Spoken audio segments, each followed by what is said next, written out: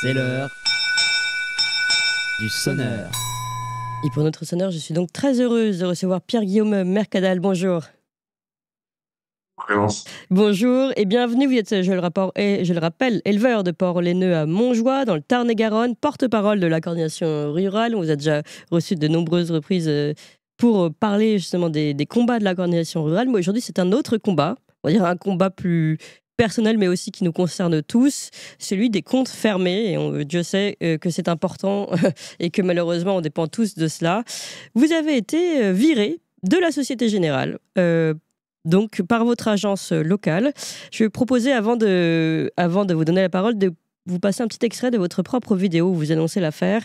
On écoute. Nous avons reçu une lettre de la Société Générale nous demandant un RIB puisqu'ils souhaitaient clôturer notre compte avec pour motif absence de concours. De là, nous avons commencé à nous poser des questions, à étudier la chose, et l'absence de concours, c'est en fait quand votre compte n'a pas de mouvement, ne travaille pas, si vous voulez, donc ne rapporte rien à la banque. Ce qui était factuellement totalement faux. Nous avons donc contacté l'agence qui nous a dit qu'ils ne comprenaient pas, que ça venait de Paris. De là, on a persisté, on a contacté Paris, on a même fait des courriers recommandés. Et puis finalement, sur Paris, on nous a confirmé que la décision ne venait pas d'eux, mais bien du directeur de l'agence de Moissac Castel-Sarrazin, un dénommé Pierre-Emmanuel Chupin. Donc nous avons demandé à ce monsieur des explications et il nous a été rétorqué par courrier qu'il n'avait pas à en fournir puisque les banques ont tout à fait le droit de vous virer sans aucun motif, même si vous rapportez de l'argent, même si vous êtes en positif, sur libre décision du directeur d'agence. Suite à ça, ma foi, un peu contrarié et un peu taquin, vous commencez à me connaître, j'ai creusé et qu'est-ce que j'ai découvert ?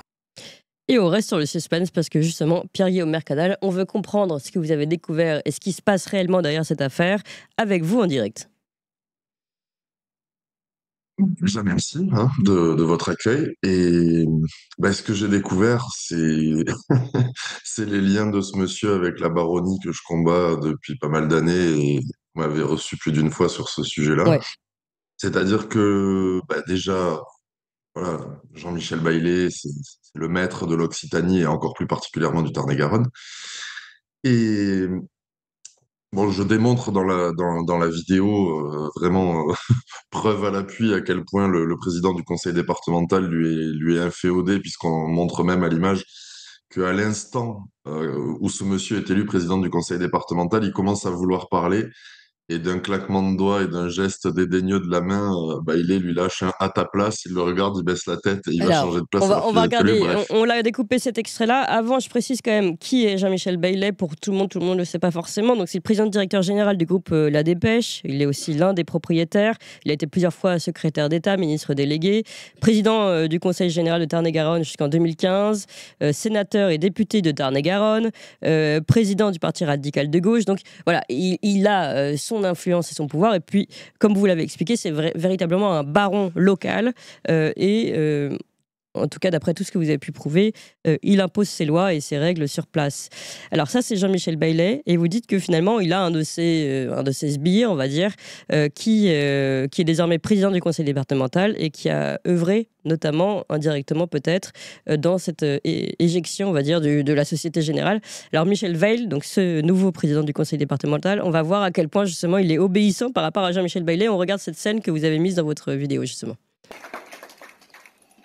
Merci à tous pour le moment. Je vais laisser la place, monsieur le président. C'est sa marionnette, c'est un ami d'enfance. Mon copain, on avait 18 ans quand on s'est connu avec Jean-Michel Baillet. On a fait tout notre parcours ensemble. Je ne me serais jamais permis de me présenter à sa place. Ils mettent ensemble les mains dans le pot de confiture et ils se régalent. Je n'ai besoin de personne.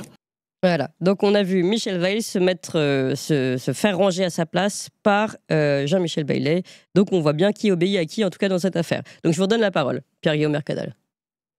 Donc après, pour faire simple, le directeur de la Société Générale sur Castel-Sarrazin et Moissac, son épouse travaille au conseil départemental donc pour Michel Veil. Elle y est arrivée plus ou moins en même temps que lui.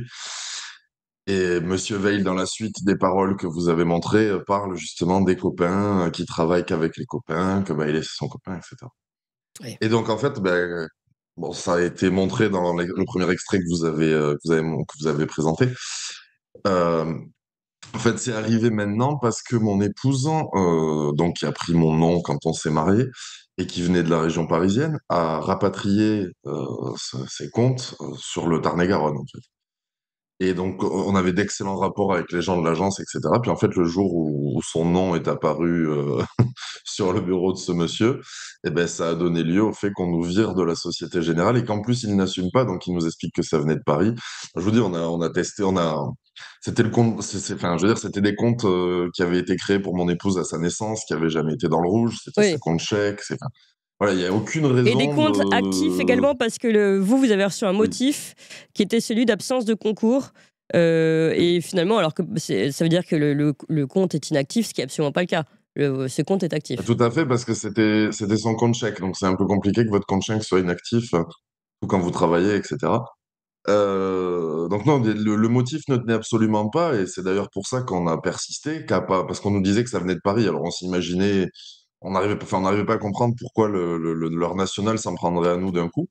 Et puis finalement, après X recommandés et presque 2 mois d'attente, on a fini par avoir l'explication que c'était le directeur d'agence. Et de là, celui-ci a refusé de nous expliquer.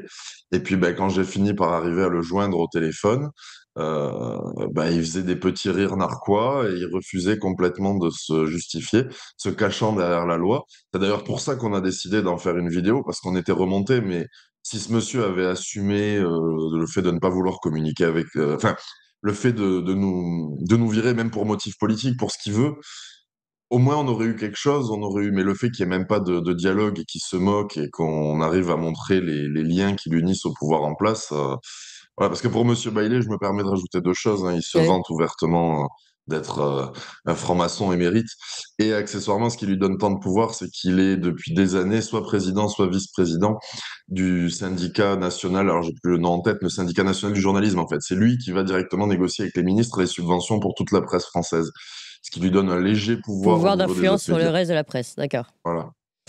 En Ce qui fait effet. qu'il n'y a que les médias indépendants comme vous qui sont intéressés, hein. Les autres, ils ont piscine. Oui, bah, on peut comprendre qu'il y ait certaines formes de pression qui se font en interne ou justement financières ou autres sur ces différents médias. On le comprend bien. Alors, ce qui est important aussi dans cette affaire, donc il y a 2 choses. D'abord, c'est évidemment comment politiquement on peut couper et finalement couper des ennemis politiques. Évidemment, il se trouve que nous, on a déjà eu ce genre de sujet. La dernière fois, c'était l'Institut Iliade. Aujourd'hui, c'est vous, Pierre-Guillaume Mercadal. À chaque fois, on voit bien que ce sont des ennemis du système en place, que ce soit un système local ou national. Et c'est ça qui est embêtant. La Société Ouais. Générale avait fait le... Excusez-moi, mais la Allez-y. Société Générale avait fait le coup, si je dis pas de bêtises, au Rassemblement National il y a des années. C'est d'ailleurs pour ça qu'ils étaient allés emprunter en Russie, ce qui leur est en reproché. Ouais, Parce ouais. qu'ils s'étaient fait virer pour motif politique. Mais après, à ce niveau-là, enfin, vous avez une marque comme Kalos qui s'est fait dégager. Vous avez mon ami Papacito qui s'est fait virer de plusieurs banques à la chaîne. Voilà, c'est des choses qu'il faut quand même. Je veux dire, dès que les gens représentent un contre-pouvoir ou sortent du système, on adore les dégager des banques.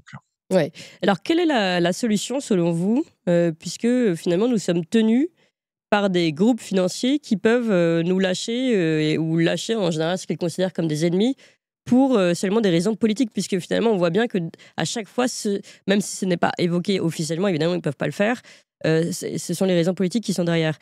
Quelles sont les solutions selon vous? Alors, les solutions, je les ai pas directement. Peut-être qu'un jour, le fait qu'il y ait, parce que toutes les banques presque se vantent de ça, mais qu'il y ait vraiment une banque Citoyennes? citoyenne ou une banque ou une banque justement, parce qu'en fait, disons que pour moi, le premier acte politique qu'on peut faire tous, au-delà des discours, des manifestations, c'est la façon dont on dépense notre argent. Bien sûr. Donc, il faut peut-être envisager davantage de mettre notre argent dans des banques qui correspondent aux valeurs qu'on porte. Et après, est-ce que les banques ont des valeurs? Ça, c'est un autre sujet. Ouais. Et puis, voilà, enfin, moi, je trouve ça terrible. On nous parle avec l'Union européenne, c'est le libre-échange, c'est le commerce, et rien que pour garder notre argent en sécurité, maintenant, on va devoir se tourner vers des trucs qui nous correspondent politiquement, machin, parce que c'est la mafia, en fait, en face. La solution, je l'ai pas. Moi, je suis paysan, j'essaie d'avoir des solutions pour le monde agricole, j'ai pas Ouais. encore les solutions pour le monde bancaire. Mais ces gens me dégoûtent au dernier degré. Enfin, je n'arrive pas à comprendre qu'on fasse des choses comme ça. Je comprends même pas que ça puisse être légal qu'on vous vire en tant que client sans motif à partir du moment où vous rapportez de l'argent à l'entreprise et où il n'y a jamais eu de litige. Ouais. C'est-à-dire, c'est un compte qui n'avait jamais même été dans le rouge en 33 ans. C'est Ouais. ahurissant. C'est certain. Ça, c'était la première question. Peut-être, je sais qu'on a le collectif No Bank qui nous suit régulièrement, qui risque de vouloir intervenir. On a la crypto-monnaie aussi, des sujets qu'on aborde régulièrement, qui permettent peut-être de récupérer sa souveraineté. Ce sont des questions ouvertes. On y reviendra certainement. Le deuxième sujet, c'est aussi à quel point, justement, encore une fois, on revient sur cette affaire Bailey et la baronnie locale. Et je vous appelle tous, chers amis, à aller voir les dernières vidéos, en effet, qu'on avait fait, Guillaume, avec vous, sur ce sujet. Et déjà, la dernière fois, j'étais impressionnée à quel point, finalement, on parle de système mafieux, de pays mafieux, etc. Mais à quel point la France est touchée par cette forme de gangrène, de corruption, de copinage qui fait que si l'un dit à l'autre de fermer le compte de l'autre, même s'il n'y a absolument aucune légitimité, si l'un dit à l'autre de surtout ne pas vous recevoir, vous avez déjà eu des articles qui ont été faits sur votre sujet, qui ont été effacés, ou alors des journalistes qui ont été menacés. On voit bien à quel point aujourd'hui on est dans un système mafieux en France. Et ça aussi, c'est important de le souligner, Pierre-Guillaume, mais finalement, ça ne fait que s'empirer, on a l'impression. Ça ne fait que s'empirer. Oui, au niveau national, c'est une évidence. Après, concernant Jean-Michel Bailey, bon, j'ai bon espoir que ce monsieur n'en ait plus pour bien longtemps. Même si c'est pas Pourquoi? très chrétien de dire ça, mais Ouais. bon, on en est là. Pourquoi? Pour quelle Et raison j'ai vous bon dites ça? espoir aussi. Ben, je dis ça parce que son pouvoir s'étiole, parce que, si vous voulez, c'est une baronnie qui a 120 ans. C'est-à-dire que ça fait 120 ans qu'ils tiennent la commune, que voilà. Et c'est des gens comment dire, qui ont eu tout leur pouvoir, et pendant la collaboration, et après, sur toutes les méthodes qu'il y a eu d'après-guerre, avec des trucs, vous savez, enfin, je vais pas faire un cours d'histoire, mais type OAS, SAC, Mitterrand. Bon, eux, c'était la gauche, donc c'était plus dans le truc à la Mitterrand. Mais donc, il y a eu un certain nombre de suicides très intéressants ou de gens carrément assassinés dans ses proches, d'une balle dans la tête à la maison où on élucide jamais le truc, de mecs qui sont commencé à s'opposer à lui. Bref, il a perdu ses muscles aujourd'hui. Je sais que voilà, même au niveau cognitif, ça commence à être un peu moins bon. Et depuis que voilà que j'ai réussi à m'opposer à lui et que je suis toujours vivant, ben en fait Ouais. j'ai été rejoint par beaucoup de gens du monde agricole. Puis il y a beaucoup de gens dans ces opposants politiques ou autres qui commencent à voir que voilà qu'on peut le faire tomber. Et moi je compte d'ailleurs Ah, vous parce avez que quand le même failli dernier mourir, hein, scandale je que le j'ai rappelle. avec lui, Ouais. pour moi, le truc le plus incroyable avec lui, c'est que sa famille, si vous voulez, sans méchanceté, il suffit d'aller voir sur Wikipédia où vous voulez, sa famille, en fait, à part des condamnations pour avoir détourné du pognon ou avoir collaboré parmi les plus gros collabos de l'histoire de France, ils ont rien fait techniquement. Et pourtant, vous allez dans la ville de Valence d'Agen, vous avez l'avenue principale, le lycée et les halles du marché qui sont au nom de son père. Sa mère qui a pris 100 000, avant sa mort, a pris 100 000 euros d'amende et de la prison ferme. Elle a le stade de rugby qui a son nom. Euh, la place du marché, c'est au nom de son oncle. Enfin, vous voyez, c'est des trucs Ouais. complètement lunaires. C'est pas Jeanne d'Arc et Saint-Louis. Euh, donc, si vous voulez, moi, mon dernier combat, c'est de pousser. Moi, je m'y présenterai pas, c'est pas du tout un truc qui m'intéresse. Mais moi, ce sera de pousser pour qu'il soit dégagé de la mairie de Valence d'Agen qui tient depuis si longtemps. Aussi bien lui que ses copains maçons du parti radical de gauche. Et que donc on en termine avec cette baronnie et puis qu'on puisse enlever le nom des pires collabos de notre région des bâtiments publics.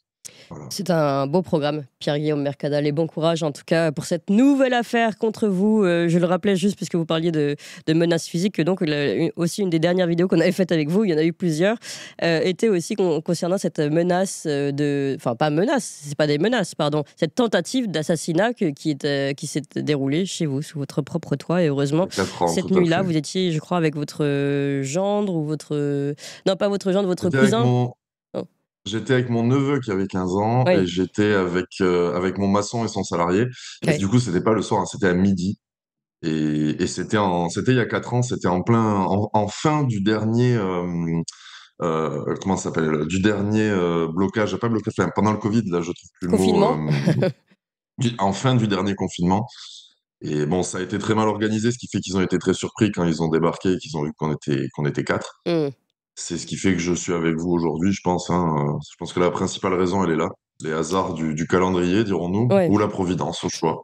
Oui, peut-être un petit peu les deux d'ailleurs. Merci beaucoup Pierre-Guillaume Mercadal et bon courage Merci pour à vous. votre combat encore une fois. Et ce combat qui, on l'a dit, c'est un combat particulier mais finalement qui nous concerne tous. Donc prenons conscience de ce qui se passe et notamment encore une fois de la politique derrière les comptes en banque, de la politique derrière les baronnies et de la collusion. Et si on pouvait en effet faire tomber ces noms publics des villes où ils ont pris possession justement de toutes ces affaires, eh bien ce serait intéressant. Merci encore Pierre-Guillaume Mercadal, éleveur de porcs laineux à Montjoie dans le Tarn-et-Garonne, porte-parole de la coordination rurale. Affaire à suivre donc.